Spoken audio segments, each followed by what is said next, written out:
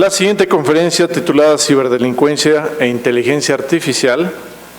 Y nuevamente comento que la síntesis curricular las van a poder encontrar en la página web de nuestro evento.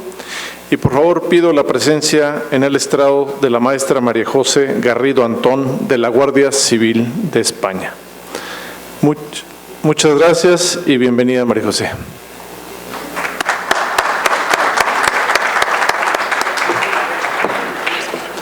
Aquí está. Estoy.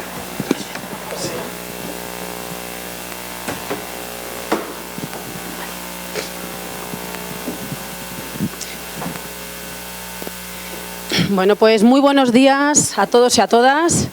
Para mí es un placer, un honor, un privilegio el estar aquí hoy, en esta bonita Ciudad de México, para compartir mis conocimientos, mis experiencias en un tema de rabiosa actualidad, lamentablemente, como es la ciberdelincuencia. Antes de comenzar mi disertación, por supuesto, no podría comenzar sin agradecer al presidente, vicepresidente, al secretario, a la directora general, a Marcela y a todo el equipo que me han invitado a venir y que me están tratando de manera fabulosa, mejor que en casa. Muchísimas gracias porque es un placer, es un verdadero placer. Y bueno, pues nada, vamos a empezar a hablar sobre este tema. No sé qué he hecho con él aquí. Voy a quitarme. Sobre el tema. ¿Dónde apunto? Vale, de acuerdo. Ciberdelincuencia contra las personas. Antes de comenzar, me gustaría hacer una pequeña presentación de mi persona, para que tengan ustedes un poco mi trayectoria, para que me ubiquen.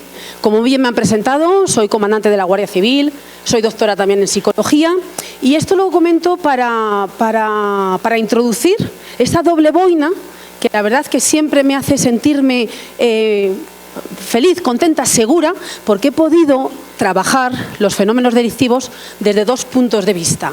Desde el punto de vista operativo, la mayoría de mi trayectoria he estado destinada en policía judicial, especialmente en una sección llamada Sección de Análisis del Comportamiento Delictivo, donde básicamente lo que hacíamos era, lo que siguen haciendo mis compañeros y compañeras, es aplicar la psicología en la investigación criminal, especialmente en delitos contra las personas, donde hay mucho componente afectivo y mucho componente emocional, que no solamente es suficiente lo policial y luego más allá lo judicial, sino que cuando hablamos de delitos contra las personas, violencia de género, desapariciones forzosas dentro del marco familiar, hay muchos componentes afectivos y emocionales que es importante estudiarlos y entenderlo con las gafas de disciplinas como la psicología y la criminología.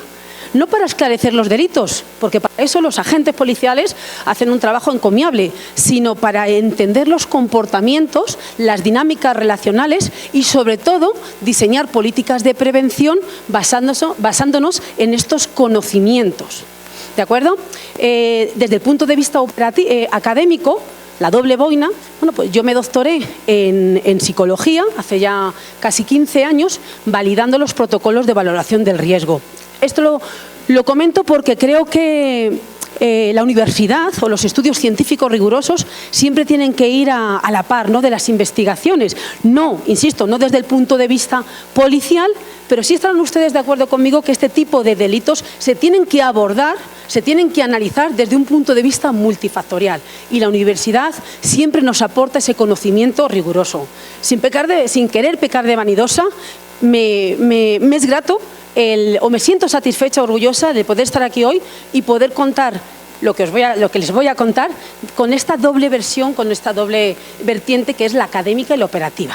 Después de estar en policía judicial, fui ascendiendo y actualmente estoy destinada en el área de estudios de Secretaría de Estado de Seguridad, donde lidero varios proyectos, entre ellos el de ciberdelincuencia que les voy a presentar, y estamos a nivel más estratégico. La vida militar, como muchos de ustedes he escuchado, saben que es una sucesión de etapas. Empiezas con muchas ganas cuando eres joven para ser operativa y luego te vas un poco acomodando. Entonces yo estoy ahora en un nivel de estrategia, diseñando planes estratégicos especialmente contra delitos contra las personas, que son de lo que voy a hablar hoy aquí en esta hora y media que tengo.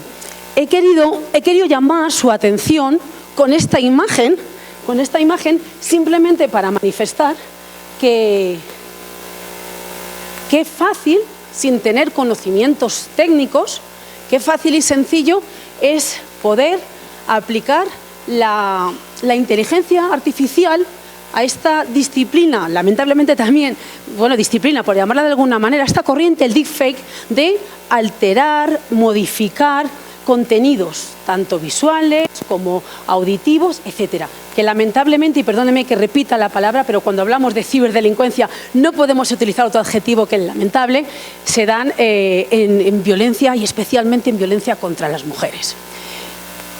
Yo he dividido mi charla, lo voy a intentar hacer lo más práctica, lo más divertida también, es una hora ya que ya las tripas se van escuchando, y lo he dividido en 3 estas partes. Vamos a empezar con un pequeño test para analizar, por supuesto que no es obligatorio, pero sí es verdad que siempre me gusta comenzar pues haciendo un pequeño quiz que se llaman ahora. Ahora verán ustedes que todos son anglicismos y el que no esté familiarizado con los anglicismos pues se pierde, especialmente en ciberdelincuencia. Posteriormente voy a hablar pues, de los ciberdelitos contra las personas, los que yo más he trabajado, estudiado y analizado, la ciberviolencia sexual, la ciberviolencia de género, para pasar de hablar a un aspecto muy importante y sin ánimo de crítica, ¿no? Desde la crítica constructiva, donde yo personalmente me incluyo, que es, a pesar de toda la revolución vertiginosa de todas las tecnologías que se han ido hablando a lo largo de estas charlas, detectamos, al menos en España, que yo estoy cansada de leer atestados por ciberviolencia, delitos cometidos dentro del entorno de las TIC, y lo que percibo, o uno de los aspectos que más me llaman la atención, es las brechas de seguridad, pero de aspectos básicos. No voy a hablar ni me refiero a grandes infraestructuras, no, me estoy hablando de, lo comentaba ahora con el compañero experto en ciberseguridad aquí en Ciudad de México, robustez de contraseñas, uso de VPN, conciencia sobre comportamientos de riesgo que todos y cada uno de nosotros y nosotras cometemos, muchas veces por desconocimiento, otras veces por confianza, pero al final a nivel policial consisten en brechas de seguridad que pueden arruinar desde el punto de vista de las empresas las cuentas económicas, pero lo que es más, o por lo menos desde mi punto de vista más sensible, cuando hablamos de ciberviolencia contra las personas, pueden arruinar la vida de esas personas. Yo tengo una amiga que es psiquiatra que me dice, oye María José, no te puedes ni imaginar la de niños y niñas que hay en la planta de psiquiatría que se quieren quitar la vida. Y es verdad, yo no sé aquí en México, pero en España las cifras de suicidio en población infantojuvenil se han disparado. No hay estudios del suicidio que hagan autopsias psicológicas. El suicidio es un componente, es un fenómeno poliédrico, multifactorial, donde no se puede atribuir a una sola causa. Pero yo sinceramente, después de mi experiencia, especialmente estos últimos años en ciber, creo que hay mucho comportamiento cibernético, creo que hay poca gestión en niños y en niñas, poca gestión de situaciones cibernéticas con potencial de riesgo. Entonces, bueno, pues me gustaría potenciar, lo hablábamos, ¿no? Lo hablaba justamente con el compañero justo experto en ciberseguridad. Si es que al fin y al cabo, todos los fraudes al CEO, o las brechas de seguridad, muchas veces encontramos el factor humano y este déficit que yo le he llamado, con todo el respeto del mundo, analfabetismo digital. Hablaré algo de inteligencia artificial, no soy una experta en absoluto. De hecho, los delitos contra las personas, existe la dicotomía, el debate, ¿quién los investiga? ¿Los investigan las unidades de delitos telemáticos? Pero bueno, es que la violencia de género, la ciberviolencia de género, delito telemático, pero si es que ha sido la mujer que ha quebrantado la orden de protección porque tiene esa famosa dependencia afectiva con el agresor. Entonces, ¿quién lo investiga? Entonces, bueno, pues volvemos a ese déficit de medidas de seguridad, de brechas de seguridad que correlacionan con ese analfabetismo. Y yo les voy a exponer qué es lo que hemos hecho nosotros o qué es lo que hemos encontrado relacionado con la inteligencia artificial. Revelando que no soy una experta ni pretendo serlo. O sea, en la Guardia Civil, que es la institución que más conozco, están los ingenieros, los peritos, los informáticos, pero siempre atados porque muchas veces no pueden Ya no es el querer, es el poder por las posibilidades, por la ética y determinados aspectos que actúan como barreras. Y bueno, y terminaré con unos desafíos que tenemos, siempre relacionados, pues como ya se ha comentado, de manera reiterativa con respecto al desarrollo de las nuevas tecnologías. Bueno, pues voy a empezar con este quiz. Yo solamente voy a pedirles, al que quiera, por supuesto, esto no es voluntario, no vengo con el uniforme, que digan A, B o C a las preguntas que y además, desde el punto de vista de... Aquí venimos todos a aprender. Yo es verdad que estoy destinada donde les he comentado, pero estoy aprendiendo muchísimas cosas durante este congreso que me voy a ir con la maleta llena de conocimientos. Entonces no tengan miedo si no lo saben. Lo mismo me llevo una sorpresa y son ustedes profesionales y expertos. Pero bueno, vamos a verlo. Vamos a empezar la primera.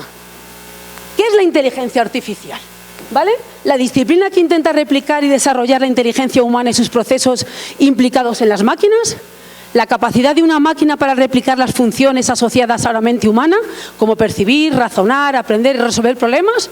¿O ambas respuestas son correctas? Tienen que contestar con rapidez. Ambas respuestas, pero con ganas. Ambas. Bueno, pues no son ambas respuestas. Ahora que ya sabemos, ¿sabría decir quién fue el primero en acuñar este término? Esta pregunta es difícil. ¿Quién fue el primero en acuñar? John McCarthy. Y la inteligencia, dos elementos principales. ¿Están todos ustedes de acuerdo en que son datos y algoritmos? Sí. ¿Verdadero o falso? Con ganas. Falso. Verdadero. ¿Y qué es exactamente un algoritmo? Un conjunto de instrucciones definidas, ordenadas, acotadas para resolver un problema, realizar un cálculo, desarrollar una tarea, un programa informático o ninguna es correcta. Bien, bien, muy bien, hay que reforzar. Muy bien. ¿Y una inteligencia artificial puede aprender por sí misma? ¿Y cómo se llama este proceso? Deep Learning. ¿Sabías las redes neuronales, que ahora también están tan de moda? Son neuronas humanas, programas de inteligencia artificial. Muy bien, bien, bien, bien, vamos bien. Esta es difícil, ¿eh? Esta es difícil. Dice, en ocasiones se hipotetiza con un futuro en el que la inteligencia artificial pueda llegar a ser capaz de autogestionarse con total independencia de los seres humanos, lo cual yo ya me adelanto, no estoy de acuerdo.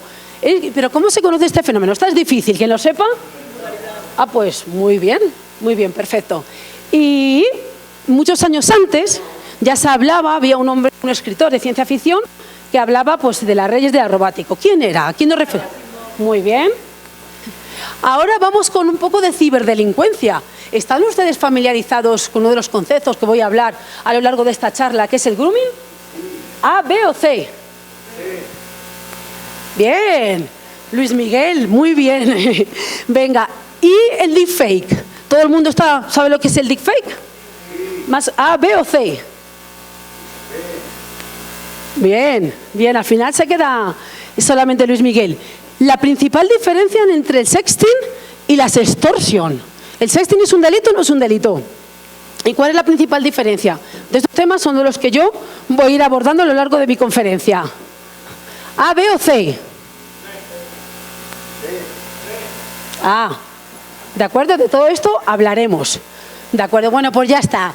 Muchas gracias. Gracias.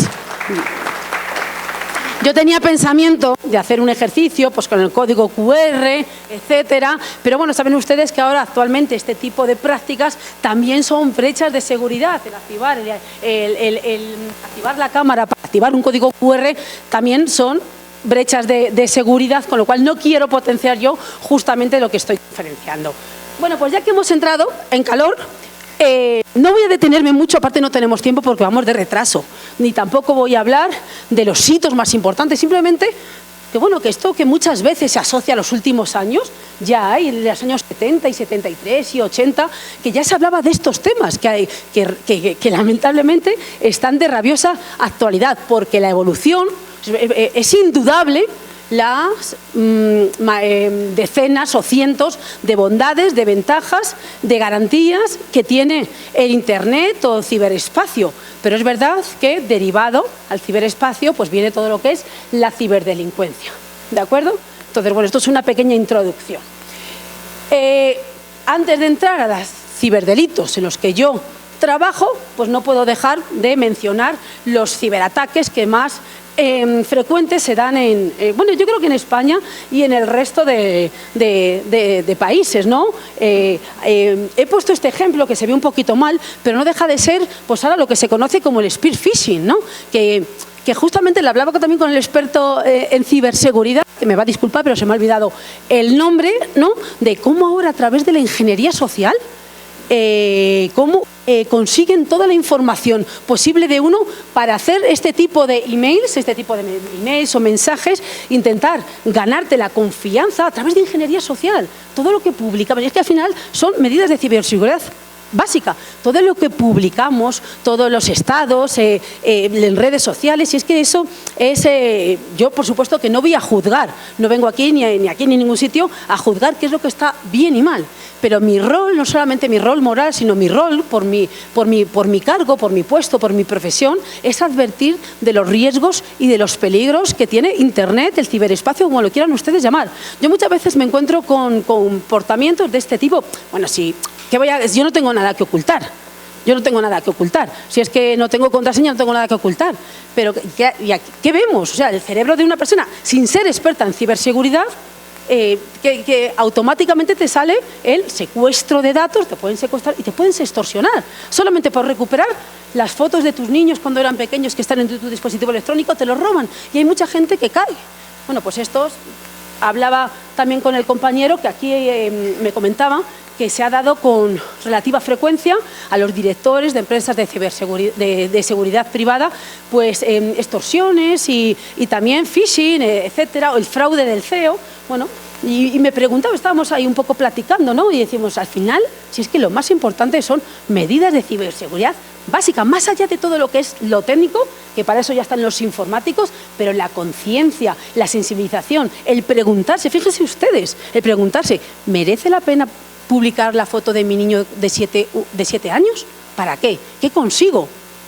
Bueno, pues bueno, tampoco voy a entrar en legislación. ¿Qué es lo que tenemos? Pues los delitos tradicionales, amenazas, se han convertido, ciberamenazas, coacciones, cibercoacciones, acoso, ciberacoso, y luego pues, los delitos o ataques nuevos, que al fin y al cabo nos alertan sobre este paradigma de la ciberseguridad. En España, no sé si ustedes lo conocen, tenemos el SEC, el Servicio Estadístico de Criminalidad, donde afortunadamente da una visión y además hacen unos informes también maravillosos, sobresalientes, sobre pues, diferentes aspectos relacionados con todo lo denunciado y lo registrado en las fuerzas y cuerpos de seguridad, tanto las estatales, Guardia Civil, Cuerpo Nacional de Policía, como las autonómicas, como las policías locales. ¿De acuerdo? ¿Cuál es el problema con la ciberseguridad, con la ciberdelincuencia en general y la ciberdelincuencia contra las personas en particular? ¿Quién me podría, cuál es uno de los problemas tantos a la hora de plasmar? Que hay tenemos índices elevados de cifra oculta, de cifra inconsciente. La diferencia entre la cifra oculta y la cifra inconsciente, especialmente en ciberdelitos contra las personas, violencia de género, ciberviolencia de género, por ejemplo, no voy a denunciar, mi marido, mi esposo, mi novio, me ha suplantado la identidad y se ha hecho pasar por una amiga para ver mis estados y mis fotos que publico en TikTok, por ejemplo. ¿Lo denunciaría? Ay, no, es que me quiere mucho. Es que no, entonces nos encontramos con esta barrera, ¿no? En delitos tan emocionales, tan afectivos, están las razones tradicionales, miedo, vergüenza, desconocimiento, desconfianza, pero luego están estas barreras que lamentablemente es una realidad, que hoy en día los patrones de comunicación, los patrones de relación entre los jóvenes, entre todos, han cambiado, y hoy es inviable, especialmente a lo que es los nativos digitales, el admitir la posibilidad de otros patrones de comportamiento al margen de Internet. ¿Y qué nos encontramos? Que un porcentaje muy elevado de la población juvenil miden la relación de sus la calidad de las relaciones con amistades, con amigos, con el número de likes que obtienen en las redes sociales. ¿De acuerdo? Y eso, pues bueno, ¿cómo se traduce a nivel policial? Compartimos contraseñas porque nos queremos mucho o no tenemos nada que ocultar. ¿no? Pero todos aquí sabemos, hoy te quiero mucho, pero mañana ya no te quiero. Pero sin embargo... ¿Perdón? Y no eres nada, o sea, es lo que un poco hablábamos antes. ¿Cuántas chicas y chicos y adolescentes están ingresados en las plantas psiquiátricas? Que es una de las consecuencias, una de las conclusiones con la que yo voy a terminar. Esos déficits que hay, o formación o capacitación en gestión emocional. No me voy a adelantar. Bueno, pues no creo que les informe de nada nuevo. Es fraude informático, como en la mayoría de los países, los delitos con más frecuencia. Ahora ya voy a entrar en lo que son las ciberdelincuencias contra las personas, que es mi área de trabajo diario, de trabajo y sobre todo de interés, de entusiasmo, no solamente como profesional, como comandante de la Guardia Civil, sino como ciudadana, como... veo muchas veces, especialmente con padres y con madres, muchas brechas de seguridad. Ya he comentado el tema de las fotos, el tema de las contraseñas. O sea, de manera moral para la ciudadanía, no solamente como profesional, sino para la ciudadanía, para los padres y para las madres que están atendiendo esta conferencia. Yo muchas veces conferencio sobre estos temas a profesionales, a fuerzas y cuerpos de seguridad, a la autoridad judicial, y al final termina siendo la charla una escuela de padres. ¿Y qué hago? Y me pregunta el magistrado de la sala de lo penal, ¿y María José, ¿y a qué edad le dejo el móvil a mi niño? Entonces, bueno, todo eso me da feedback de que un magistrado o magistrada me pregunte a qué edad, pues a mí me da también mucha información, ¿no? De que hay algo que no estamos haciendo del todo bien, a pesar de que en España hay dos leyes, dos leyes orgánicas, la Ley de Igualdad, la 3/2007, orgánica de violencia de género, donde la formación, precisamente lo que hablamos esta mañana, formación en igualdad, en la eliminación de estereotipos, la ciberviolencia, educación digital, y nos encontramos con estas brechas que les he comentado. Entonces, bueno, otro de los aspectos que también quería discutir con ustedes. Muchas veces cuando voy a estos foros dicen, no, microataques personales, microataques, que tu hijo o tu hija sea víctima de grooming. Es decir, que haya una persona mayor que se haga pasar por un chaval joven, normalmente, o hablo un poco del modus operandi, porque por el trabajo en el que he estado trabajando, ¿no? Mayoritariamente autores victimarios masculinos, ¿no? Entonces, que tu niña, que cuando se supone que debe estar durmiendo, está mandándole fotografías al groomer, ¿lo consideran ustedes un microataque?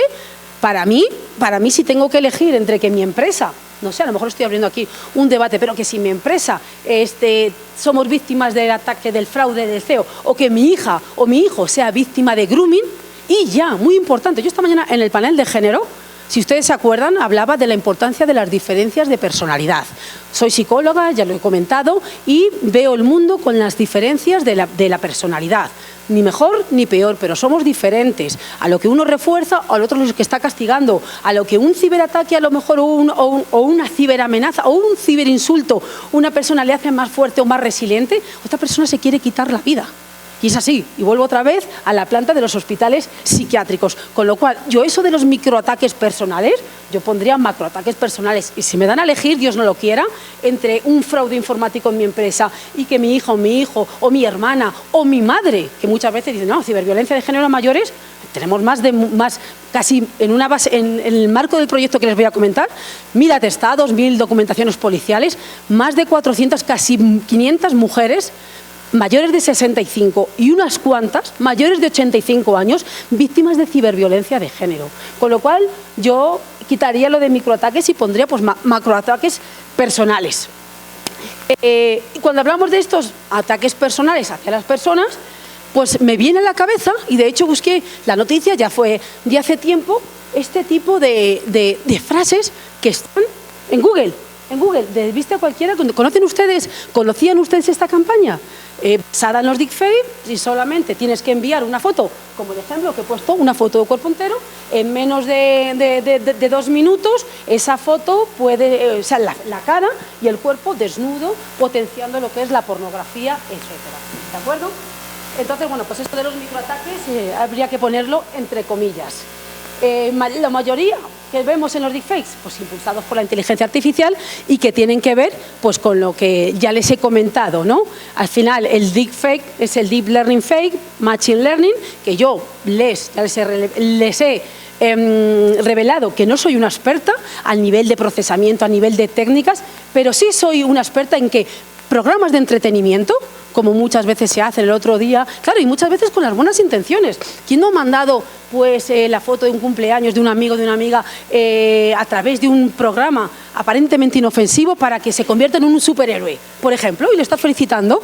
Pero ¿qué es lo que estamos viendo a nivel policial? Claro, que en el momento que pones la cara de la fotografía que yo he puesto para que vean ustedes, podría pasar, no quiero pecar tampoco de vanidosa, no como una modelo, pero bueno, ha hecho su trabajo la inteligencia artificial conmigo y me entretiene, nos gusta, ay, ¿cómo estaría? Pero ¿cuál es lo que subyace? Subyace que al final mi cara, mi rostro, mi cuerpo, mis datos están en una base de datos tipo TikTok o tipo ByteDance, al final, que provocan noticias como las que tienen ustedes en pantalla, que no creo que tampoco les esté contando nada nuevo, ¿de acuerdo? Pero al final lo que parecen entretenimientos, programas interesantes de risa, etcétera, hay que tener, y es que eso no hay conciencia. Yo no me considero experta en estos. Sí es verdad que he invertido mucho tiempo, muchos esfuerzos, en especialmente, insisto, en violencia contra las personas. Pero yo, y llevo ya 20 años en la Guardia Civil y yendo a congresos, seminarios de ciber, a mí esto, yo he recibido confieso que he recibido muy poca, ya no voy a decir capacitación, formación sobre los peligros y riesgos de... Y todo el mundo, que levante la mano quien no haya utilizado este tipo de programas de entretenimiento para lo que dice la palabra, para entretenerse. ¿De acuerdo? Los ciberdelincuencia contra las personas son escasos, no hay datos reales. En España, que yo he investigado mucho la ciberviolencia de género, que nos encontramos pues con muchos TFGs, muchos TFMs, estudios locales, estudios domésticos, de ciberacoso especialmente, pero con muestras muy locales, muestras de estudiantes universitarios. Además, cuando hablamos de ciberviolencia de género, que luego lo vamos a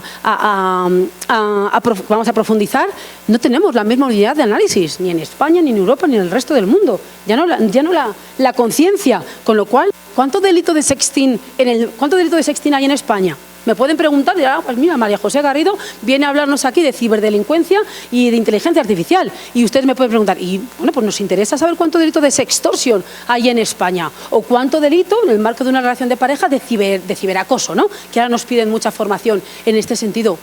No lo sé. No hay una radiografía, no hay unos datos fidedignos, pero ya no solamente me importa cuánto delito de sexting hay, que es importante a nivel cuantitativo, lo importante es lo cualitativo, cómo se da. ¿Y es verdad que se da más en jóvenes o cómo se da en mujeres o en hombres de mediana edad? Y en estas mujeres que les he comentado de más de 85 años, hombre, si yo, como he comentado antes, estoy diseñando campañas de política de prevención, no es lo mismo una víctima de 20 que de 40, que de 60, que de 80 años. No puedo utilizar las mismas campañas. La formación tiene que ir especializada. Es verdad que no podemos tampoco considerar a cada persona, pero solamente en función de la edad. En función, allí en España, en función de la procedencia. No todo el mundo. Ahí tenemos... personas que vienen de otros países que no hablan español, entonces, y son víctimas de violencia de género. Tenemos las mujeres gitanas, que tenemos una población muy elevada en España que son víctimas, pero forman parte de esa cifra oculta. Y usted me puede preguntar, ¿y por qué lo sabe? Bueno, pues lo sé porque precisamente he hecho un estudio de cifra oculta y la población gitana es una población, un colectivo, las mujeres, el colectivo femenino, que sufren mucho violencia y ahora también ciberviolencia y no le denuncian por la propia idiosincrasia de su pueblo, de sus costumbres, etcétera. Entonces, si están en mi país, yo tengo la obligación de defenderlas. Tendré que conocerlas. Tendré que conocer a estas mujeres para saber. Gracias a este estudio, pues bueno, pues les comento que existe la figura de mediación gitana. Y solamente por ponerle algunos ejemplos donde los datos se quedan cortos para diseñar esas políticas de prevención. Hay que ir al dato, hay que leer atestados, hay que entrevistarse con la víctima, con el victimario, con la mujer gitana y con todo el mundo que pueda aportar información para... por lo menos diseñar. Yo siempre ahora trabajo en estrategia, como ya lo he dicho, pero yo muchas veces antes cuando leía las instrucciones, las circulares, ¿no? Y lo digo con todo el respeto del mundo, ¿no? Digo, claro, diseñadas, como se dice en España una expresión, ¿no? Pisando moqueta, ¿no? No hay que pisar, o sea, tienes que bajar al barro y tienes que entrevistarte y ya hago el guiño. ¿Solo puede llegar a hacer la inteligencia artificial? Bueno, pues vamos a hablar de esa ciberdelincuencia sexual. Al hablar de ciberdelincuencia sexual, pues hay decenas y decenas de clasificaciones. Yo me voy a centrar en, pues a nivel policial, ¿no? Los delitos, que son los que nosotros que es la información que nosotros trabajamos. Partiendo de la base que si antes he hablado de la cifra oculta, la ciberviolencia sexual es el fenómeno más infradenunciado, más infrarregistrado, y especialmente en el marco de una relación de pareja. ¿De acuerdo? Y voy a hablarles del grooming, básicamente porque acabamos de terminar un proyecto muy interesante que hemos estado trabajando con información policial, porque por la misma cuestión que les he comentado antes, no solamente me interesa saber cuánto delito de grooming hay, bueno, pues es un dato que puede estar bien para compararnos, ¿no? Pero quiero saber cómo se manifiesta. Y para eso, yo siempre digo, ¿no? Cuando yo he investigado mucho homicidios de pareja, ¿no? Y los homicidios de pareja, los agentes policiales hacen un trabajo encomiable y de verdad, y muchas veces son un porcentaje muy elevado, auxiliados por agentes de seguridad privada que también hacen un trabajo encomiable. Y claro, y los homicidios se esclarecen muy fácil, ¿no? Porque la mayoría, si ustedes conocen un poco, por lo menos en España, que es el fenómeno donde yo lo he estudiado con un macroproyecto de 400 casos, ¿no? Un tercio se suicidan, un tercio se entregan a las autoridades y luego el otro tercio restante no hay tampoco mucha conciencia criminal, no hay mucha planificación. ¿De acuerdo? Son un porcentaje bastante considerable, son crímenes emocionales. Claro, bueno, y ya está. Y nosotros, como antes se ha comentado en algún panel, fuerzas y cuerpos de seguridad, lo que hacemos es disponer a la autoridad judicial, o sea, de hacerlo lo mejor, lo más fácil posible, porque la autoridad judicial, como no puede ser de otra manera, es la que decide, la que juzga y la que sentencia, ¿de acuerdo? Pero claro, y yo me pregunto, ¿y por qué? ¿Por qué? ¿Qué razones? ¿Por qué mata un hombre determinado a una mujer determinada en un momento determinado? Lo matan todo hace años. En España existía un poco, hace ya muchos años, existía la conciencia de la maté porque era mía, o si no es para mí, no es para nadie, ¿no?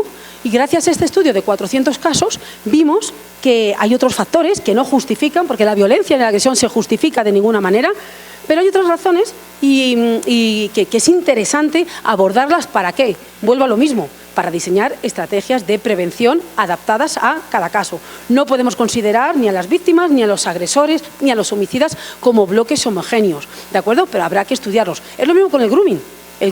Y esto permítame que les ponga un ejemplo que repito con cierta frecuencia, pero me llama la atención en el marco de ese analfabetismo. Quizás la palabra debería de cambiar porque es verdad que tiene esa connotación, ese desconocimiento. En el marco del proyecto que les voy a presentar, después de 20 años en Guardia Civil, en Policía Judicial, con delitos contra las personas, especialmente delitos contra la libertad sexual de menores, pocas cosas me pueden ya poner la carne de gallina, ¿no? Pues sin embargo estábamos leyendo pues una información donde, bueno, la verdad que hay información bastante horripilante, si me permiten ustedes la expresión. Entonces, bueno, terminamos y yo había quedado a comer con una amiga mía, una capitán de la Guardia Civil, y digo el empleo, y digo que el empleo y el cargo y la institución, porque a las fuerzas y cuerpos de seguridad se nos presupone un conocimiento un poco de la delincuencia y ahora por extensión la ciberdelincuencia, solamente por nuestras funciones, ¿no? Entonces, bueno, pues estábamos a comer y yo le comento a nivel informal. Digo, ostras, no sé, no tengo mucho hambre. Hemos tenido un caso de grooming que me ha dejado, dice, ¿de qué? Digo, de grooming. ¿Qué es eso? Y claro, digo, entonces feedback, ¿no? Del que hablaba antes. Si mi compañera, capitán de la Guardia Civil, no sabe lo que es el grooming, ¿cómo va a estar pendiente o hipervigilante de que su hija o su hijo pueda ser víctima de precisamente la operación que es la que a mí me rozó un poquito por dentro? Que era una operación, bueno, pues eran víctimas, especialmente en este caso eran niñas, a partir de la 1 o de las 2, cuando los padres piensan que los niños están durmiendo, bueno, pues el modus operandi del ciberagresor, del groomer, pues era bueno, no voy a entrar en detalles escabrosos, pero claro, si uno no lo sabe, ¿cómo puede estar hipervigilante? ¿O cómo puede luego, tan importante que es emocionales, contar con el apoyo familiar? Vuelvo a las diferencias individuales. Hay niños más extrovertidos y niñas más introvertidos. Los niños más extrovertidos o niñas más extrovertidas tienden, y lo dice la comunidad científica, a comunicar con sus padres, con sus amigos. Niños más introvertidos o niñas más introvertidos tienden a retenerlo. Pero si yo eso no lo sé, ¿cómo voy a estar? Ya no digo a denunciarlo, a ponerlo en conocimiento, no, a detectarlo. ¿no? Y volvemos otra vez con la cifra negra. Pues yo le presento este informe de grooming, que lo hicimos con la Universidad de Valencia, una de las universidades más prestigiosas o muy prestigiosa también en España. Y bueno, pues nosotros lo que hacemos son estudios criminológicos, psicológicos, donde lo que hacemos es desmenuzar. ¿Para qué? Para diseñar, y insisto, esas políticas de prevención, para ver si hay algún factor de riesgo que no estamos contemplando. En violencia de género, al ritmo vertiginoso que avanzan todos los términos, todos los cibercomportamientos, a ver si nuestros protocolos de valoración de riesgo, que son los que predicen la probabilidad que tiene esta mujer o esta víctima de volver a padecer violencia, no están detectados, porque la realidad avanza muy rápido, mucho más rápido que el derecho, mucho más rápido que los contenidos curriculares de las academias, de las fuerzas y cuerpos de seguridad, que es un tema del que luego voy a hablar, de la capacitación.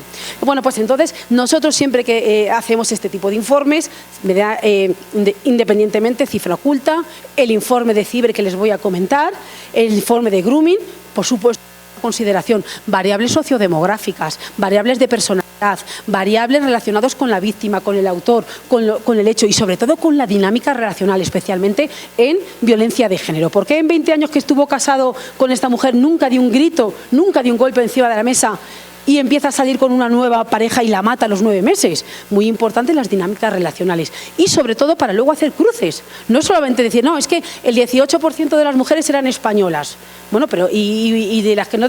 habrá que hacer y vamos a desglosar, porque en función, me da igual, la nacionalidad, la edad, cualquiera de las variables, vamos a hacer cruces, ¿no? Estadísticamente. Vamos a ver si precisamente, fíjate, precisamente las más jóvenes no denuncian y las que son de procedencia de Marruecos tenían denuncias previas. Bueno, pues eso son muy importantes. Los cruces, insisto, ¿para qué? Para, a nivel estratégico, diseñar no solamente estas campañas de prevención, sino también la operativa de mis agentes policiales. ¿De acuerdo? Entonces, bueno, pues hablando de... Ahora que nos encontramos con los groomers, pues un poco lo que teníamos en el mundo offline, pederastas y pedófilos, y ahora vemos a los motivados por el contacto y los motivados por la fantasía, ¿de acuerdo? Que son dos términos muy en inglés, conocidos en el mundo anglosajón, para diferenciar los que necesitan a través del embaucamiento, que es como también se suele conocer el grooming, el embaucamiento, los que necesitan el propio contacto, o sea, lo que todo es un proceso para conseguir un contacto físico, o los que obtienen el placer simplemente, pues como en esta operación de grooming, que bueno, en el marco de la confianza, y aquí todos somos profesionales, el objetivo, el modus operandi de este groomer en particular era que las niñas, a partir de una hora, y tenían que ir en pijama, se tenían que levantar la camiseta. Entonces, evidentemente, como he comentado antes, son casos que, como ciudadana, ya no como guardia civil, como ciudadana, pues no me dejan indiferente, porque además es que este tipo de ciberdelincuencia se da en todas las clases sociales, que muchas veces se tiende a asociar a clases más disfuncionales o familias más desfavorecidas. No, las operaciones que le acabo de comentar eran de, y permítame usted la expresión, un porcentaje muy elevado de niñas, bien, digo niñas, porque en este modus operandi el objetivo eran niñas. Entonces, bueno, pues muchos resultados. El informe está publicado y si ustedes tienen interés, por supuesto que está a su disposición. Pero si hay algo que me llama la atención, no voy a ir repasando los resultados. Hay muchísimas variables, hay muchos cruces y muy importante. Pero si hay algo que me llama la atención, son los comportamientos de riesgo de las víctimas. Y al final, ¿qué es eso? Volvemos a lo mismo. Falta de sensibilización, falta de conciencia, falta, no voy a decir de capacitación porque estamos hablando de niños y niñas y de adolescentes, pero falta de quizás educación parental, ¿no? De a qué páginas estás, pero es que un porcentaje muy elevado de niñas. En España tenemos una clasificación para enumerar las imágenes de contenido sexual o de pornografía, ¿no? Pues había eran del 1 al 5, pues en función del grado un poco así de gravedad. Un porcentaje muy elevado de estas niñas enviaban imágenes y material más relacionado con comportamientos sádicos y pornográficos. Las propias niñas, y a mí, como ciudadana, pues es un dato que me llama mucho la atención. No voy a entrar en diferencias, tampoco tenemos mucho tiempo. El informe está a su disposición porque además de artículos científicos publicados en revistas de impactos, hemos hecho el informe que tienen ustedes a disposición. Y pero vamos, lo que más me llama la atención es que son los comportamientos de riesgo. Volvemos a como hemos empezado, a hablar de cibercomportamientos en Internet, comportamientos de riesgo. ¿De acuerdo? Y no sé cuánto tiempo me queda, más o menos. Ah, vale, perdón. Bueno, pues ahora voy a hablar de la ciberdelincuencia. Bueno, ya he hablado mucho de la ciberviolencia de género, que no deja de ser, por las propias definiciones de la violencia de género, pues todo aquello cometido a través de la TIC, con la salvedad de que en España, además lo hemos hablado en mesas, en desayunos, en comidas, España es un país de referencia en temas de violencia de género, no solamente porque tenemos una ley orgánica donde se define qué es violencia de género, que en España violencia de género es exclusivamente víctima mujer, autor victimario hombre, y entre ellos existe o ha existido una relación de afectividad, y eso es violencia de género, que es cierto que somos un país de referencia en esta ley orgánica de violencia de género en el marco de una relación de pareja, y también el sistema Biogen, que es una plataforma informática donde están incluidos diferentes ministerios, diferentes instituciones penitenciarias, la delegación, la fiscalía. En cualquier momento, cualquiera de estas instituciones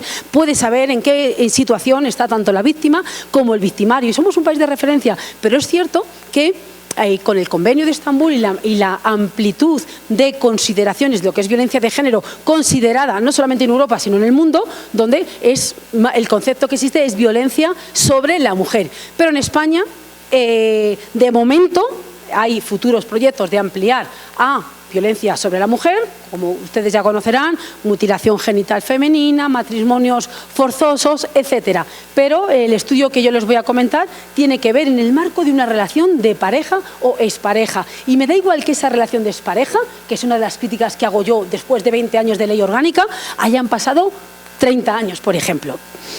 Antes de entrar en ciberviolencia de género con la concepción que tenemos en España, simplemente, bueno, pues algunos lo llaman el terrorismo cibernético hacia la mujer por la cantidad de mujeres que son víctimas a través de prácticas como las que les he comentado, impulsadas por el deepfake. No voy a poner tampoco, porque tampoco se trata de publicitar plataformas, iba a decir tóxicas, pero se queda corto, ¿no? Pero plataformas en las que, si te ha dejado tu novia, si ya tu pareja, tu expareja no quiere saber, ven aquí a criticarla. ¿De acuerdo? Pues este tipo de las mujeres, lamentablemente, pues tenemos mucha más probabilidad de sufrir este tipo de violencia, no solamente en España, sino en el resto del mundo. Según las estadísticas de la ONU, de la UNESCO, pero bueno, yo también hago mi crítica, ¿no? La horquilla, muchas veces los porcentajes, es muy heterogénea, precisamente por lo que he comentado antes. No existe la misma unidad de análisis, tampoco existen... ¿Cómo es la metodología? Yo, que como soy doctora, me metieron mucha caña en mi doctorado con la metodología. Cada vez que leo un estudio, una investigación, me voy al apartado de la metodología. Entonces, ¿cómo sabemos que esta mujer es víctima? Pues habrá que saber, no es lo mismo una encuesta de victimización que una entrevista, que la mujer lo haya denunciado. Bueno, pues eso explica un poco la diferencia. Pero lo que sí es conocido, se constata que hay un porcentaje muy elevado de mujeres, de niñas, de adolescentes que son víctimas de este tipo de violencia, como muchas veces, especialmente ahora con la inteligencia artificial, se conoce como el terrorismo machista. En España, violencia de género, ya lo he comentado, se circunscribe víctima mujer, victimario hombre, y entre ellos relación de afectividad.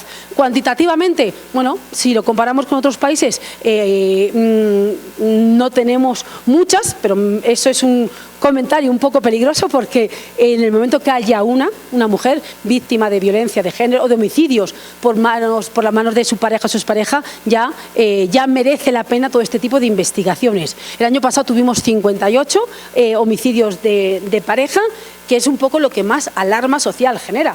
Pero ¿cuántas víctimas de violencia de género hay?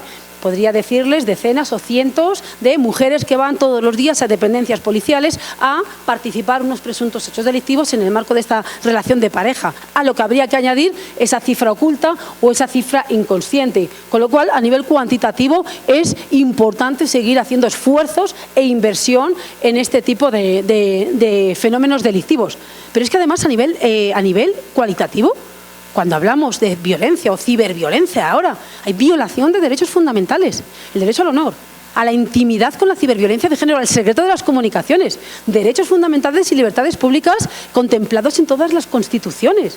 Y muchas veces no hay conciencia. Ah, no, se ha metido en mi WhatsApp, que me quiere mucho. No, estás confundiendo el cibercontrol con lo que tiene que ser los valores de una relación sana, ¿no? Que es la confianza, ¿no? Y pues al fin y al cabo eso es una asignatura que tenemos pendiente. Y para hacer la relación, ustedes tienen ahí la flecha, violencia de género, disculpen, hablo muy rápido, lo sé, quiero contarles muchas cosas, me queda poco tiempo. Violencia de género, homicidios de pareja. Dirán, bueno, ¿y qué con la ciberviolencia? Pues cada vez, y imagino que aquí en México, en el resto del mundo, cada vez tenemos más homicidios de pareja, donde vemos cómo el comportamiento cibernético del victimario, del homicida, del agresor, ha sido bastante activo.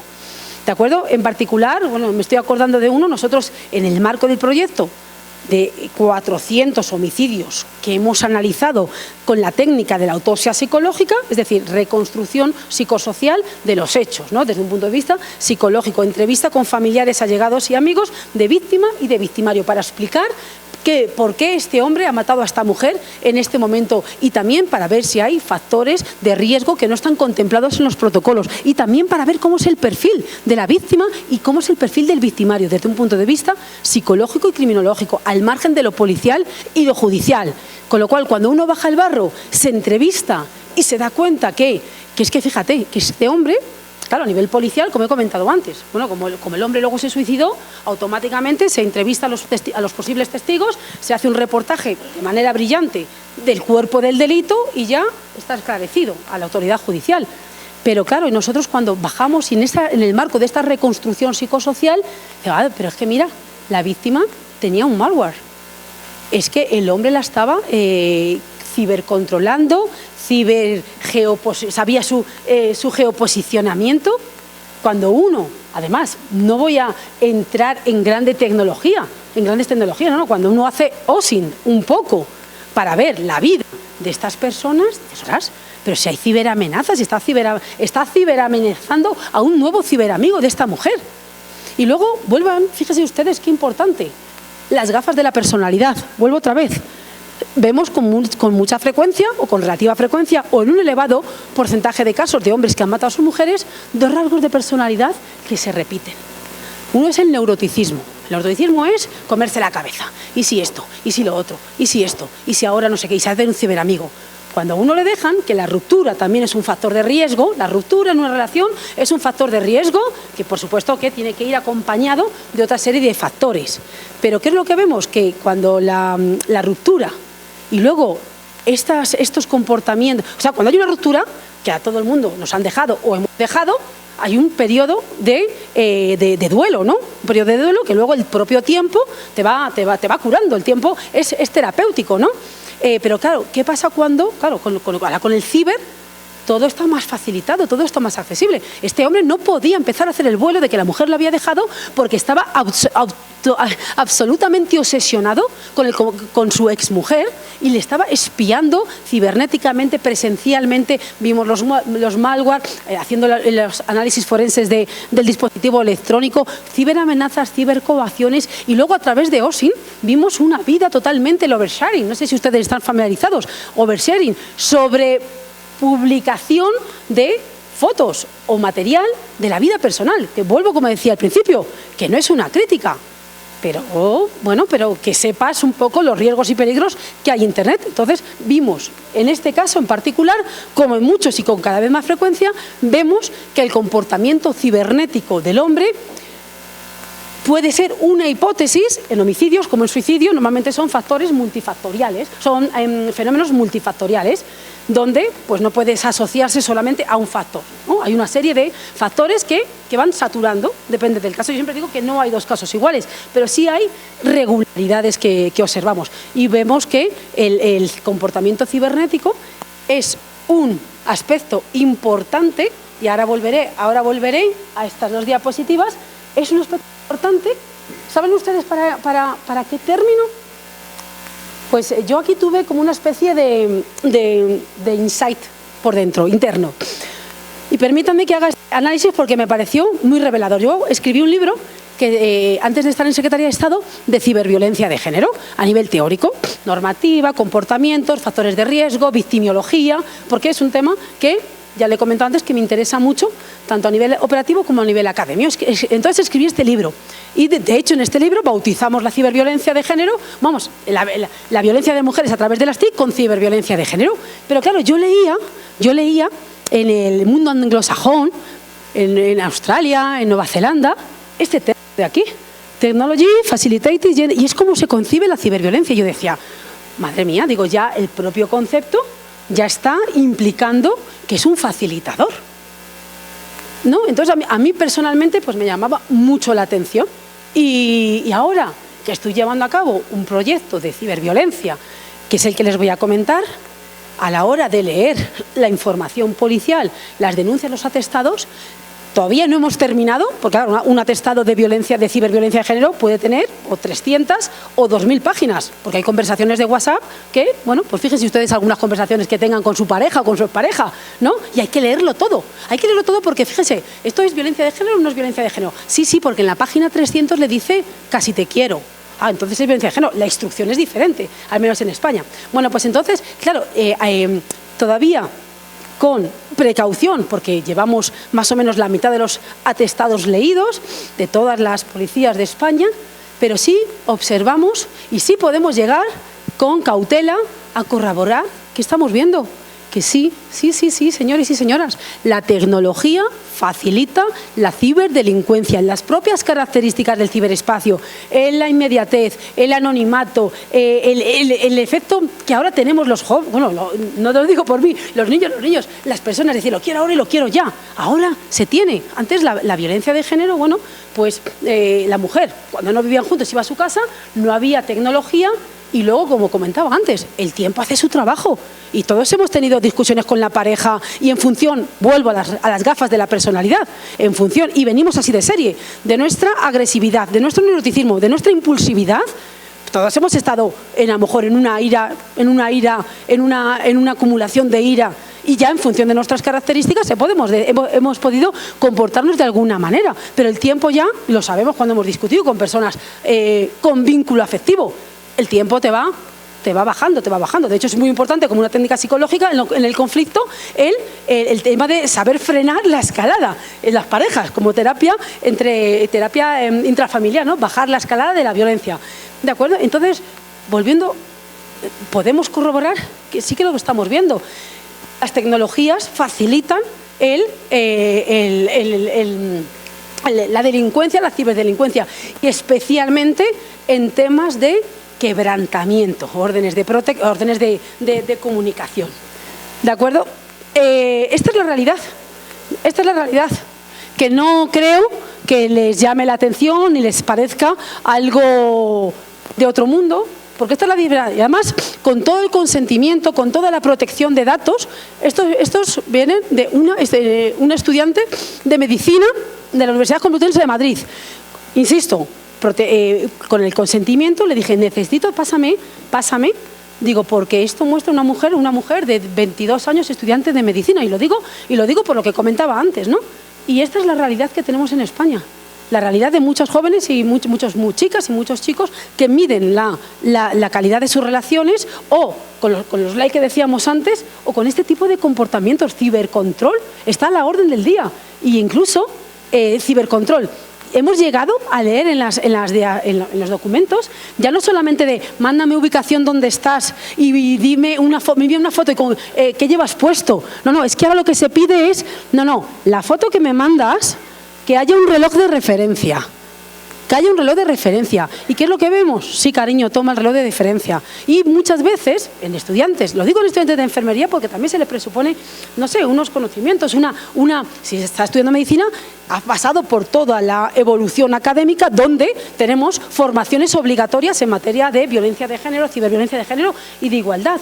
Y que tú, para llamar la atención de tu pareja, estés mandando fotos con contenido un poco íntimo, pues a mí volvemos a lo de antes. Me parece falta de conciencia, aparte de otros aspectos que creo que no hace falta irnos a la inteligencia artificial ni a las nuevas tecnologías para intentar paliar.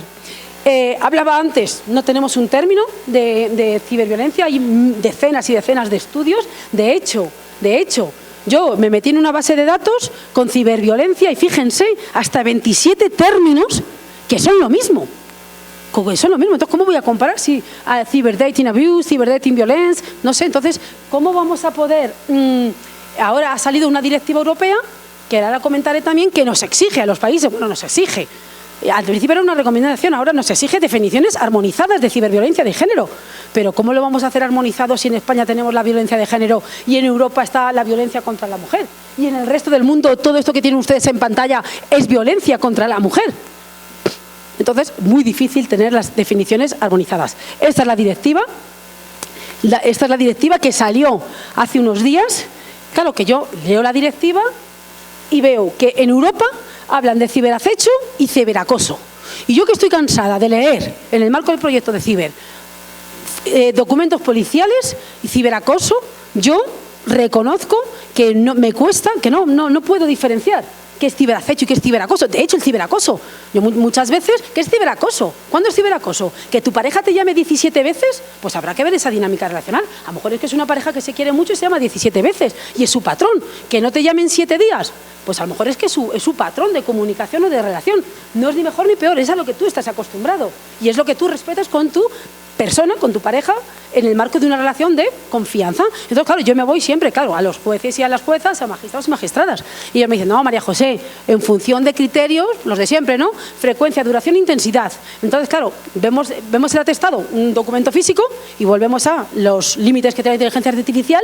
Y dice, no, es que le llamó 7, la llamó 10 veces. Es que le llamó, cariño, ¿has llegado ya? Cariño, mándame ubicación. Cariño, estoy preocupada. ¿Es ciberacoso? A mí mis padres, cuando yo salía de jovencita, no había esa tecnología, pero seguro que hago un ejercicio de extrapolación que se quedarían más tranquilos sabiendo si pudieran valerse o servirse de las bondades de las nuevas tecnologías. Entonces, ¿es ciberacoso que te escriba tu pareja 10 veces? Pues habrá que ver esas dinámicas relacionales, con lo cual es complicado. Pero ya lo que complica, si ya comparamos con la normativa europea, es que me habla de ciberacecho. Yo reconozco que no sé diferenciar, en base a mi documentación policial, no sé diferenciar ambos conceptos. Y ahora es la tónica para armonizar conceptos en la Unión Europea. ¿Qué es lo que hemos hecho nosotros? Nosotros facilitamos, en la medida de lo posible, todos estos conocimientos a nuestros agentes policiales. Porque, claro, España, lo hemos hablado en el marco de relaciones de estos encuentros informales, España es muy heterogénea. Y no es lo mismo la zona urbana que la zona rural. Y es verdad que la formación, me imagino que aquí en México, la formación llega en ciber, llega pues a las unidades especializadas, a Policía Judicial. Hay un curso al año de Policía Judicial donde hay 3 horas de ciber. Y para los agentes de Policía Judicial, que no son todos, porque claro, los agentes de seguridad de Policía Judicial es una especialidad de la Guardia Civil. Pero claro, yo me voy a lo rural.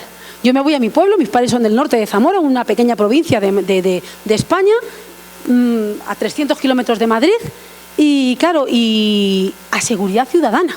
Seguridad ciudadana son los agentes que reciben los que están un poco en las dependencias policiales o los que están patrullando, no es policía judicial. Claro, y yo pienso, digo, ostras, pues mi pueblo en vacaciones se multiplica la población por 15. Y estas realidades se ven en la zona rural, en la zona urbana. Y entonces yo me pongo en la piel de ese agente policial y que le llega a la víctima con el dispositivo electrónico y le dice, es que tengo esto. ¿Y qué es esto? ¿Ciberacecho? ¿Ciberacoso? ¿Ciberhostigamiento? Entonces, bueno, pues en el marco de facilitar a nuestros agentes, pues nosotros hemos diseñado pues material lo más básico posible pues para incardinar, sobre todo, facilitar la tarea y sobre todo pues aplicar las medidas policiales en este marco. Cuando hacemos las presentaciones, pues diferenciamos un poquito, y si es un poco de control, si son delitos más de corte sexual, como el sexting, la extorsión, y sobre todo alertamos de este tipo de aspectos. Keylogger, skinlogger, spyware, stalkerware, que al fin y al cabo son virus informáticos y logger. Se ve mucho en fraudes en delitos económicos, ¿no? Que al fin y al cabo es un robo de contraseña, pero es que en el marco de las la ciberdelincuencia contra las personas, lo vemos no a la orden del día, pero sí con mucha frecuencia, porque, insisto, no hace falta ser un hacker, no hace falta ser un perito, incluso hay cursos en Internet, cómo espiar a tu pareja, cómo espiar a tu novia, cómo saber lo que está escribiendo el keylogger, cómo saber lo que está escribiendo tu pareja y que se vuelque en tu dispositivo electrónico. Y hay tutoriales, que estamos hoy, volvemos ahí con el tema de la ética y cada vez lo vemos más en nuestros atestados. Entonces habrá que formar, habrá que sensibilizar a los agentes policiales en este tipo de brechas.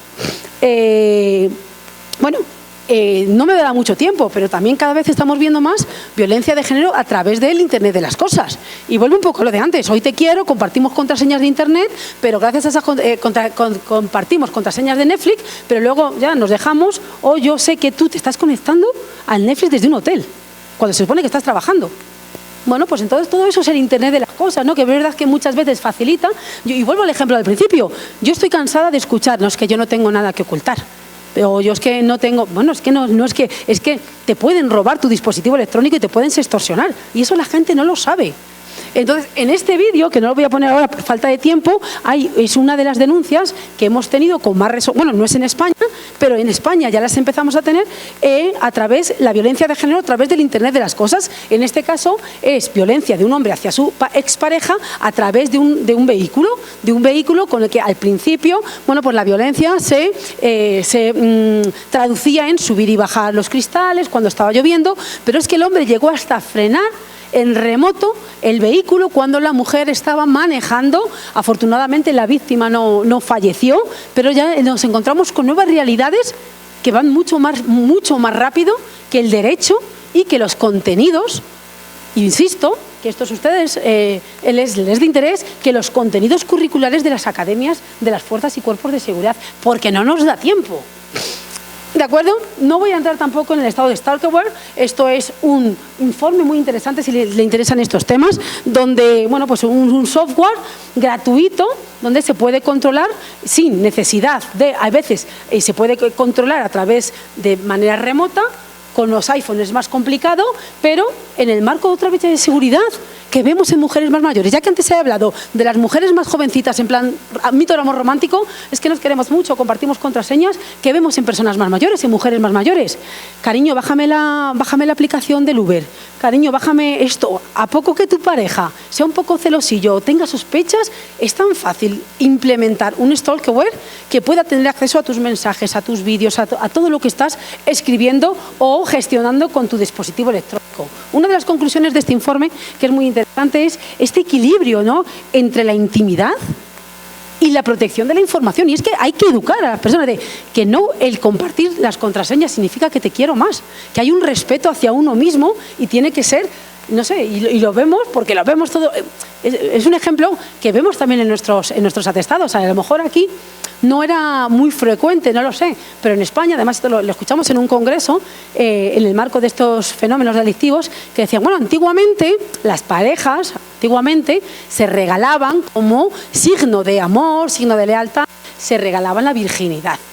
¿Y ahora qué es lo que se regalan? ¿Qué es lo que vemos? Se regalan, venga cariño, si te portas bien, venga si esto, no sé qué, no sé cuánto, si está bien, te regalo mis contraseñas. Brechas de seguridad básicas. ¿De acuerdo? Este es el estudio que estamos llevando a cabo.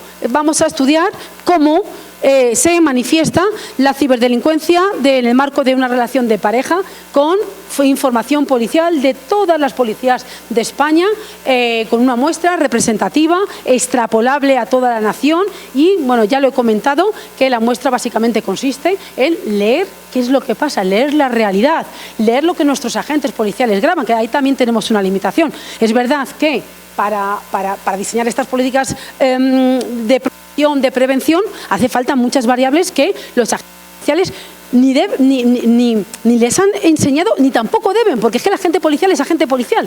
Pero es verdad que para diseñar este tipo de campañas de prevención es importante saber más datos, con lo cual, pues estamos aprendiendo mucho, estamos diseñando conciencia y estamos viendo, como ya lo he comentado antes, cómo la ruptura es un factor de riesgo y lo vemos en los atestados y vemos chicos, en el marco de la 1-2004 de España, chicos que ya no es el ciclo de Walker, que era muy conocido en violencia de género, sino que ante la ruptura vemos una manifestación, una proyección en las redes sociales, en el WhatsApp, de ventilación emocional. Cariño, te quiero mucho, si es que eres la mujer de mi vida, no puedo vivir sin ti, venga, cariño, piénsatelo, voy a cambiar, etcétera, etcétera, etcétera, porque lo que vemos en que no hay una aceptación de la ruptura, y eso lo vemos en ciberviolencia de género y lo vemos en homicidios de pareja. Los hombres no aceptan que las mujeres quieran romper la relación, más una serie de cosas. Y luego a esa ventilación emocional empieza el cambio, ¿no? Yo en el libro este de ciberviolencia de género, que no lo recomiendo porque ya fue hace años y como ya he comentado, esto evoluciona a un ritmo frenético, ¿no? Pero ponía un ejemplo minimizado, ¿no? De cómo cambiaba, cómo evolucionaba la conversación de cariño, lo que he comentado, la ventilación emocional. Necesito explicarme, pero como no me contesta, ya empieza a cambiar el discurso. Ya empieza, ¿por qué no me contestas? ¿Es que no te gustaba? ¿Es que no sé qué? Me parece a mí que eres un poco, y empiezan todo eso, los acosos, las represalias, y es un círculo que vemos con determinada frecuencia. ¿Qué consecuencias el no denunciar? Pues no solamente la inmunidad con esas características, sino que pueda seguir delinquiendo y que no haya conciencia sobre ello. Y para la víctima, pues en función de las víctimas y sus características de personalidad, pero además las personales, que ya las he comentado, las sociales y el desgaste emocional. Porque si bien es cierto, muchas veces se habla de violencia física, violencia psicológica, violencia vicaria, violencia cibernética, cualquier tipo de estas violencias lleva desgaste emocional. Porque si yo voy por la calle y alguien me da una patada en la espinilla o me mete un puñetazo en la tripa, pues me dolerá como persona que soy. Pero se me pasará el dolor, la patada en la espinilla. Pero si esa patada en la espinilla es en forma de insulto de mi pareja, ya la cosa es diferente. ¿No? O la patada, ¿no? No es el dolor físico, ¿no? Es lo que hay detrás de ese dolor físico. Entonces, yo siempre veo muchas investigaciones que hablan de esas clasificaciones. Desgaste emocional, desgaste psicológico, siempre. Y luego volvemos, y soy un poco insistente, hay personas, víctimas más resistentes, más resilientes, que actúan como factor de protección ante las consecuencias que ya he comentado a lo largo de mi ponencia. No voy a entrar en cifra oculta, tampoco voy a entrar en más cosas que ya he ido abordando. Los déficits de identificación que vemos, nuestro rol en ciberseguridad como garantes de la seguridad y ahora por extensión de la ciberseguridad, cada uno en su rol y en su función. Y esto, bueno, pues yo he querido intentar hacer la charla lo más dinámica posible, ¿no? Porque muchas veces preguntan, ¿pero qué técnicas tienen ustedes en policía o en guardia civil? Pues la verdad que el otro día yo tenía una reunión en el marco de otro proyecto de ciberviolencia sexual. Entonces, aproveché pues, para preguntar a mis compañeros y compañeras de otros cuerpos policiales el desarrollo que tienen, pues, sobre todo en delitos contra las personas, para a la hora de investigar delitos. Y bueno, esto simplemente es un pantallazo de una aplicación, que tampoco voy a dar publicidad, que se utiliza para el reconocimiento facial, pero no hay ni mucha formación. Yo le pregunto, digo, ¿qué agentes policiales reciben formación en inteligencia artificial, en ciberseguridad? Y volvemos al debate, los compañeros que están en delitos contra las personas o los compañeros cibernéticos, que por supuesto tienen que recibir, pero lo que a nosotros nos concerne, poco hay de desarrollo de técnicas no tenemos el desarrollo de las técnicas, procedimientos y tácticas que utilizan los cibercriminales en contra de nosotros, que somos los garantes de la seguridad. Me quedan 4 minutos para un poco hablar ya de los desafíos, ese desarrollo de técnicas, tácticas y procedimientos para hacerle frente a los ciberdelincuentes. Un poco con la inteligencia artificial, yo creo que ya se ha hablado, yo ya he expuesto mi opinión personal, creo que la robótica, la robofilia, como también la llaman, este es un libro muy interesante, jamás, yo soy una fanática del comportamiento humano, creo que las variables afectivas emocionales en este tipo de ciberdelincuencia son básicas para entender y para diseñar esos planes de prevención, y yo pienso que una máquina no va a poder nunca llegar a igualar en este debate que existe tan ferviente sobre la inteligencia artificial. Hablando de inteligencia artificial, es cierto que algunos países sí tienen los chatbots. Nosotros estamos trabajando para ahora desarrollar un chatbot, al igual que hay en la sanidad o en muchas instituciones, pero para ayudar a las víctimas de violencia de género a través de un algoritmo que solamente como una fase previa. Por supuesto que luego la confianza, la empatía y la fase de rapport tan importante cuando estás investigando este tipo de delito, insisto, puedo recibir críticas, creo que nunca lo va a igualar una máquina. ¿De acuerdo? Potenciar la cultura de ciberseguridad básica, un poco en respuesta a lo que me comentaba el experto en ciberseguridad aquí en Ciudad de México. No tenemos por qué pensar muchas veces pensamos en tecnología súper sofisticada a la hora de enfrentarnos. No. Un porcentaje muy elevado son despistes, falta de conocimiento, desconfianza de los propios empleados y empleadas que trabajan en las empresas. ¿Cuántos atestados tengo yo con García 74, García 74, García 74 y García 74? La misma contraseña para todas las redes sociales, la misma contraseña sin respetar los criterios de robustez, caracteres numéricos, alfanuméricos, básico. Yo, en muchas de las charlas a las que doy, en la universidad, agentes policiales, judiciales, yo les pregunto, seguramente que ustedes aquí todos lo sepan, pero yo les pregunto, que levante la mano quien sepa lo que es una VPN. Un porcentaje muy elevado. Bueno, el otro día que daba una charla para personal civil de las administraciones públicas, lo pregunté, digo que levanten la mano, era un taller, no era una charla, era un taller, había más posibilidad de interactuar y hacer aspectos prácticos. Un hombre me levantó, que sabía lo que era el VPN, y el resto, digo, ¿y qué es lo que hacéis cuando llegáis a Marruecos, ¿no? O cuando llegáis a Ciudad de México, o cuando llegáis a Nepal? Lo primero que haces en los aeropuertos es buscar una wifi pública, ya he llegado, ¿no? Para la tranquilidad de tu familia. Entonces, ¿y no saben lo que es una VPN? Pues a mí eso me parece de ciberseguridad básico. De hecho, los porcentajes de los ciberdelincuentes a través de estas brechas de seguridad se dan con mayor incidencia en aeropuertos y en hoteles. ¿De acuerdo?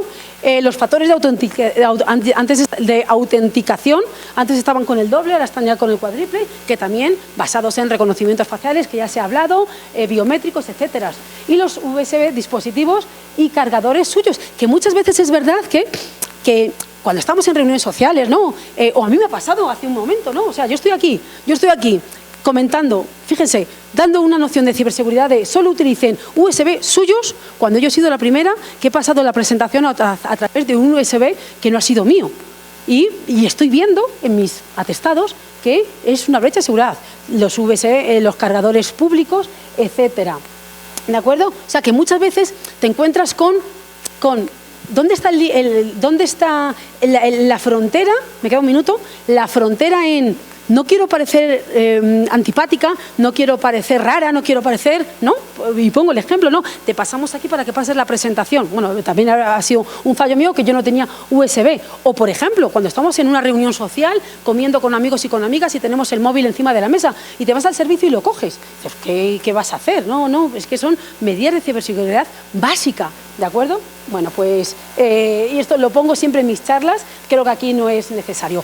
Me quedan 30 segundos para condensar las conclusiones de mi charla. Importancia, no tenemos esa definición homogénea de ciberviolencia de género, pero en España todo lo que es violencia de género y por extensión ciberviolencia de género se basa en las relaciones de afectividad, y las relaciones de afectividad han cambiado con las nuevas tecnologías, y muchas veces para saber en España si es violencia de género tenemos que saber si la víctima es mujer y el victimario es hombre, y hay colectivos de mujeres o de parejas homosexuales o de otros colectivos que ya no entrarían en la ley, en nuestra ley de violencia de género, y tampoco vamos a entrar en ello, pero claro, yo me tengo que leer en la página 400, claro, Venus se enamora de Marte.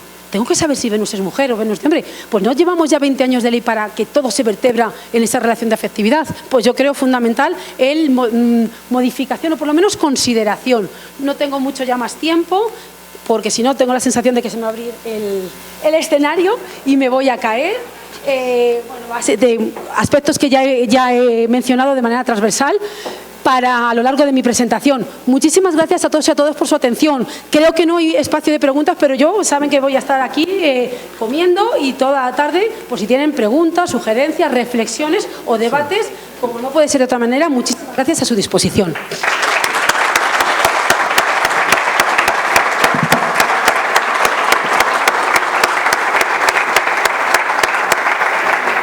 Muchas gracias, doctora Garrido. Uno, por la disposición, tuvimos que acortar un poco la conferencia, pero ven que trae tanta información enriquecida que podríamos pasar la tarde completa platicando. Pero bueno, dos, va a estar durante todo el evento la doctora con nosotros. Segundo, la pueden contactar por LinkedIn. Eso no es ciberacoso, ¿eh?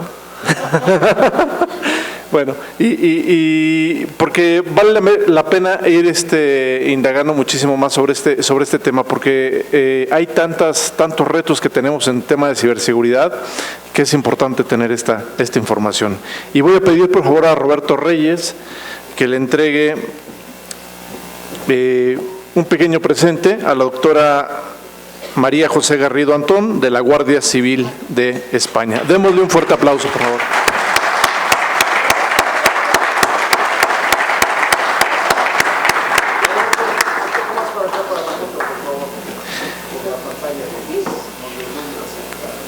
Y también agradecemos a su esposo Ivanovsky Parra, también que está aquí presente con ella, acompañándola en este evento y en este nuevo reto. Muchas gracias, por favor, Ivanovsky, por estar con tu esposa.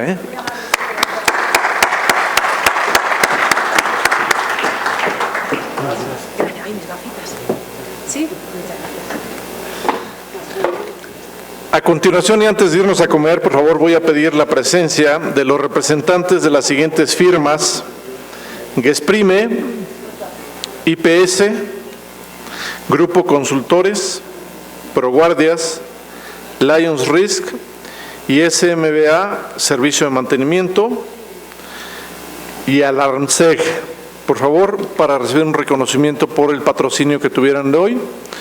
Y pediríamos a Ulises Ramírez, a Isaac del Bosque, por favor, que entreguen sus reconocimientos. Sin duda es, como digo, siempre importante agradecerles a ellos que hicieron también posible este evento. En lo que ellos acomodan arriba, algunos anuncios parroquiales. Les pido por favor que antes de abandonar la sala se lleven todas sus cosas. Van a cambiar el formato de las mesas. Iremos a comer.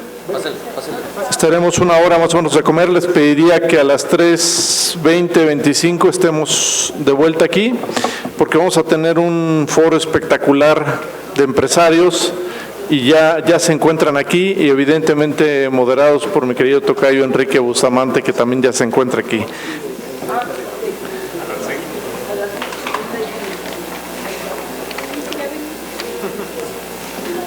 Cuidado al subir.